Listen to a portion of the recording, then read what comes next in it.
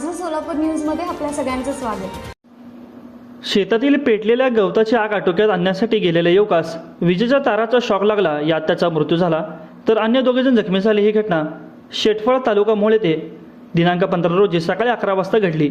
मनोज विलास डंके असे मृत युवकाचे नाव असून तर नामदेव खडके व अरुण भोसले अशी जखमींची नावे आहेत। दरम्यान मनोज डंकेच्या मृत्यूसह आम्हा दोघांना जखमी करण्यास शेटफळ येथील महावितरण कार्यालयातील 3 जण जबाबदार असल्याने त्यांच्यावर गुन्हा दाखल करण्याची फिर्याद मोळ पोलीस ठाण्यामध्ये दाखल झाली आहे। शेटफळ येथील विजय ज्ञानेश्वर खडके यांच्या शेताजवळ असलेल्या विद्युत महावितरणच्या ट्रान्सफॉर्मरजवळ मोठा आवाज आला।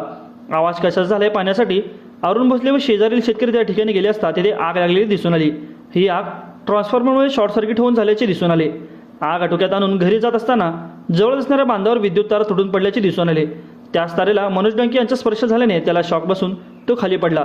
त्यातच नामदेव खडके यांनी पकडले व तसेच अरुण भोसले यांनाही पकडले गेले। त्या दोघांनाही शॉक बसला। ही घटना पाहून आबा खडके यांनी तात्काळ धावून ट्रान्सफॉर्मरचा फ्यूज काढला। त्यावेळी मनोजच्या हातात तुटलेली तार दिसून आली। त्याला तातडीने मोडणी येथील खासगी रुग्णालयात नेले असता डॉक्टरांनी त्याला उपचारापूर्वीच मृत घोषित केले। मनोज डंकेच्या मृत्यूस अरुण भोसले व नामदेव खडके यांना जखमी होण्यासाठी महावितरणचे कर्मचारी जबाबदार असल्याचे या फिर्यादीमध्ये नमूद करण्यात आले असून या घटनेचा अधिक तपास मोहोळ पोलीस करत आहेत। माझं सोलापूर न्यूज या यूट्यूब चॅनलला सबस्क्राईब करा आणि बेल आयकॉन प्रेस करायला विसरू नका।